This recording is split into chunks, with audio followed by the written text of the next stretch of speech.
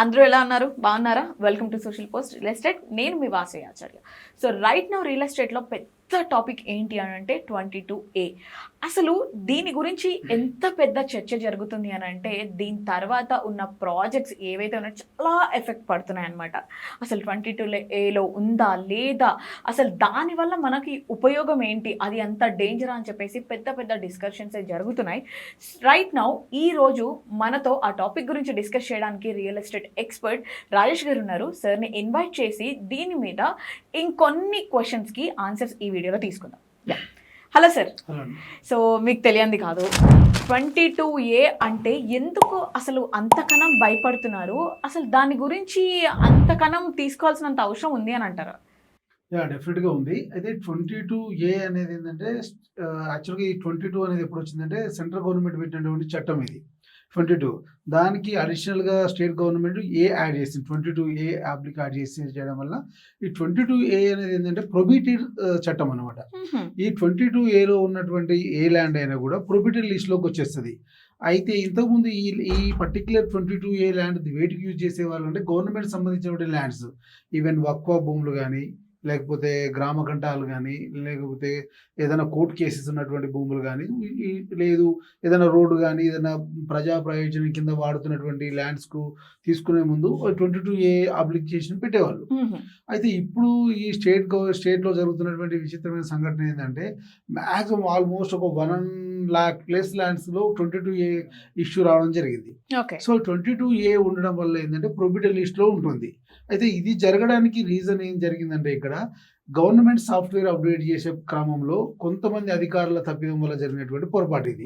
అయితే గవర్నమెంట్ ఇప్పటికే ఇనిషియేట్ తీసుకొని సంబంధిత రెవెన్యూ శాఖ మంత్రి గారు కానీ, లేదు ముఖ్యమంత్రి గారు కానీ, వీళ్ళిద్దరు కూడా స్టేట్మెంట్ ఇవ్వడం జరిగింది. మీరు ఎక్కడా భయపడకూడదు, ఎక్కడ ఆందోళన చెందాల్సిన పని లేదు, త్వరలోనే దీన్ని రెక్టిఫై చేసేస్తాము, ఎటువంటి ఇబ్బందులు లేకుండా మీ భూములకు మేము హామీ ఇస్తున్నాం అనే క్లారిటీ ఇవ్వడం జరిగింది ప్రభుత్వం నుంచి. ఇది ఒక గుడ్ థింగ్. కానీ అయితే ఈ 22Aలో ఉండడం వల్ల ఇప్పుడు జరుగుతున్నటువంటి ట్రాన్సాక్షన్స్ ఏవైతే ఉన్నాయో, ఈరోజు అమ్ముకుందామన్నా, ఈరోజు కొనుక్కుందామన్నా కానీ ఎటువంటి ట్రాన్సాక్షన్ జరగవు. ఎందుకంటే ఇవంతా కూడా 22A పరిధిలో ఉంది అంటే ప్రొబిటెడ్ లిస్ట్లో ఉన్నట్టు. ఈ ప్రొబిటెడ్ లిస్ట్లో ఉందంటే సంబంధిత అధికారి దగ్గరికి మనం వెళ్ళి అప్పీల్ చేసుకోవాల్సిన అవసరం ఉంటుంది. అది ఏ అధికారి అప్పీల్ చేస్తే తీస్తాడు, ఇది 22Aలోకి వెళ్ళి బయటకు వస్తుంది అనే క్లారిటీ మాత్రం గవర్నమెంట్ దగ్గర నుంచి లేదు, ఇప్పటివరకు లేదు. సో దానికి పర్టికులర్గా ఎవరైనా అధికారిని నియమిస్తారా, లేదా ఇప్పుడున్నటువంటి తహసీల్దార్కి, ఆర్డీఓకి, జాయింట్ కలెక్టర్కి ఏమైనా అధికారాలు ఇచ్చేసి దీన్ని తీస్తారా అనే క్లారిటీ కూడా గవర్నమెంట్ త్వరలోనే అనౌన్స్ చేయబోతుంది. దీనికి సపరేట్ ఒక వింగ్ పెట్టేసి టోల్ ఫ్రీ ద్వారా కూడా ప్రజల యొక్క ఇబ్బందులను గుర్తించి వీటిని తీసేయాలనే ఆలోచన కూడా ప్రభుత్వం చేస్తుంది. అదొకటి.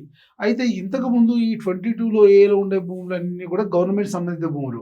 ఇంతకుముందు మనం ఎండోమెంట్ కానీ, వక్ఫా భూములు కానీ, లేదా గ్రామ గంటాలు కానీ, మనకు చెరువు శిఖం భూములు కానీ, ఇటువంటి భూములు, లేదు శ్మశాన వాటికలు, స్కూల్ ల్యాండ్స్, ఇట్లాంటి ల్యాండ్స్ అంతా కూడా మనకు 22Aకి సంబంధించినటువంటి ప్రొవిజన్లో ఉండేది. అయితే ఇప్పుడు అన్ని ల్యాండ్స్ అందులోకి వచ్చేసాయి. ఎందుకు వచ్చాయి అంటే పర్టికులర్ గా మనకు తెలంగాణకు వచ్చేసరికి ఏంటంటే ఒకే సర్వే నెంబర్లో ఎక్స్టెండ్ ఆఫ్ ల్యాండ్ ఎక్కువగా ఉంటుంది.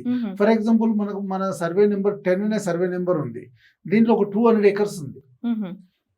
10 అనే సర్వే నెంబర్లో 200 acres ఉంది. ఈ 200 acres లో గవర్నమెంట్ సంబంధించినటువంటి ఎండోమెంట్ ల్యాండ్ ఉండొచ్చు, గవర్నమెంట్ సంబంధించినటువంటి వక్ఫా భూమి ఉండొచ్చు, గవర్నమెంట్ సంబంధించినటువంటి ఇంకేదైనా ల్యాండ్ ఉండొచ్చు, లేదు ఇవన్నీ కాకుండా ఇద్దరు వ్యక్తుల మధ్య కోర్టు కేసు ఉండొచ్చు 10 అనే సర్వే నెంబర్లో. ఈ 10 అనే సర్వే నెంబర్ కోర్టు ఆర్డర్ కానీ ఈ మిగతా 22 ప్రకారము ఈ 10 అనే సర్వే నెంబర్ 200 acres మొత్తం కూడా 22Aలోకి వెళ్ళిపోయింది. సో ఈ 22A వల్ల జరిగే నష్టం ఏంటంటే ఒకే సర్వే నెంబర్లో ఎక్స్టెండ్ ఆఫ్ ల్యాండ్ ఉండడం వల్ల ఒకరిద్దరు కోర్టు ఇష్యూ వల్ల మిగతా ల్యాండ్ అందరికి కూడా 22A వర్తిస్తుంది. సో దానివల్ల ఏంటంటే గవర్నమెంట్ ఇప్పుడు ఏం చేస్తుందంటే రీసెంట్గా వరంగల్ సభలో ఇక్కడ రేవంత్ రెడ్డి గారు కూడా, ముఖ్యమంత్రి గారు కూడా ఈ 22Aలో మీరు కనుక ఉన్నట్టయితే మీ భూములకు ఎటువంటి ఇష్యూస్ లేకపోతే బై నెంబర్ అలాట్ చేసి మిమ్మల్ని ఈ 22 లెక్కలకి తీసేస్తామని క్లారిటీ ఇవ్వడం జరిగింది. సో ఆ ప్రక్రియ జరుగుతుంది. గవర్నమెంట్ కూడా చాలా సీరియస్గా ఇనిషియేటివ్ తీసుకొని దాని మీద రివ్యూస్ కూడా చేస్తుంది. మేబీ 10-15 డేస్లో అది క్లారిటీ వచ్చే అవకాశం కూడా ఉంది. కాకపోతే ఏంటంటే తాత్కాలికంగా ఇది ఉపశమనం మాత్రమే, గవర్నమెంట్ నుంచి అనౌన్స్మెంట్ మాత్రం. కానీ గవర్నమెంట్ ఎప్పుడైతే వెబ్సైట్లోకి వెళ్ళి 22A వెళ్ళిపోతుందో అప్పుడే పరిష్కారం దొరికినట్టు. ఓకే. కాకపోతే ఇంతకు ముందు ఎవరైనా డబ్బులు ఇచ్చి ఏదైనా ప్రాపర్టీ కొనుక్కుందాం అనుకున్నా, లేదా ఇప్పుడు రిజిస్ట్రేషన్ చేద్దాం అనుకున్నా, అటువంటి ప్రాపర్టీస్ ఏది కూడా రిజిస్ట్రేషన్ కాదు. ఓకే. అంటే సార్ ఇప్పుడు మీరు చెప్తున్న దాని ప్రకారం చూస్తే ప్రతిదీ కూడా మిడిల్ క్లాస్ వాళ్ళకే ఎఫెక్ట్ అవుతుంది.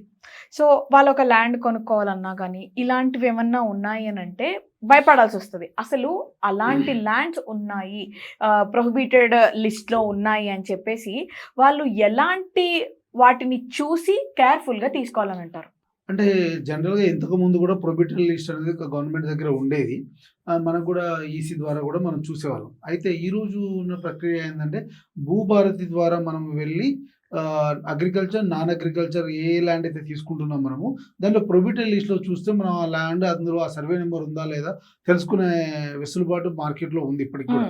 సో గతంలో ఉంది, ఇప్పుడు కూడా ఉంది. కాకపోతే ఏంటంటే ఇవాళ ప్రొహిబిటెడ్ లిస్ట్‌లో లేని ల్యాండ్ కూడా ఇప్పుడు ప్రొహిబిటెడ్ లిస్ట్‌లో యాడ్ అయింది. ఎందుకు యాడ్ అయిందంటే మీకు చెప్పినప్పుడు ఎగ్జాంపుల్, ఒక సర్వే నెంబర్‌లో ఎక్స్టెండ్ ఆఫ్ ల్యాండ్ ఎక్కువ ఉండడం వల్ల ఒకరిద్దరి ఇష్యూ వల్ల మిగతా అందరికీ ఆ లిస్ట్‌లో ఎంటర్ అయింది.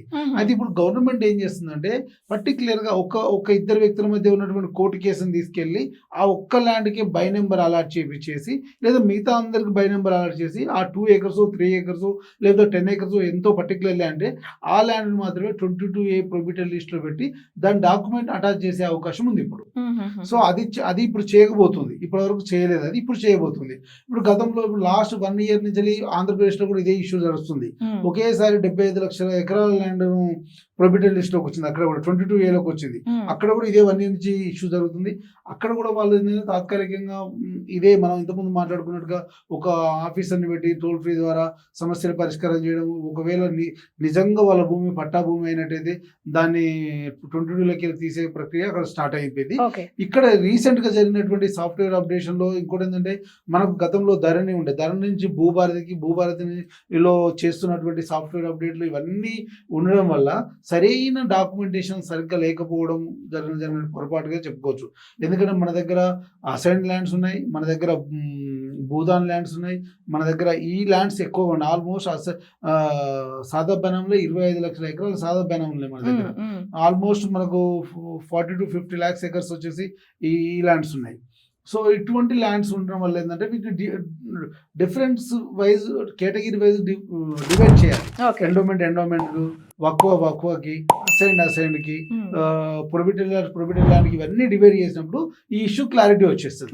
అటువంటి క్లారిటీ కూడా ఒకేసారి సాఫ్ట్వేర్ అప్డేట్ చేసేసరికి ఏమైందంటే ఆల్మోస్ట్ ఈ ల్యాండ్స్ అన్ని కూడా 22Aలోకి వచ్చాయి. ఇఫ్ ఇన్ కేస్ ఈ మ్యాటర్ మీద కానివ్వండి వాళ్ళు మిమ్మల్ని కాంటాక్ట్ చేయాలంటే ఎలా సార్? నా కాంటాక్ట్ నెంబర్ 7650913456. ఎప్పుడైనా కాల్ చేయొచ్చు లేదా డిఎం చేయొచ్చు.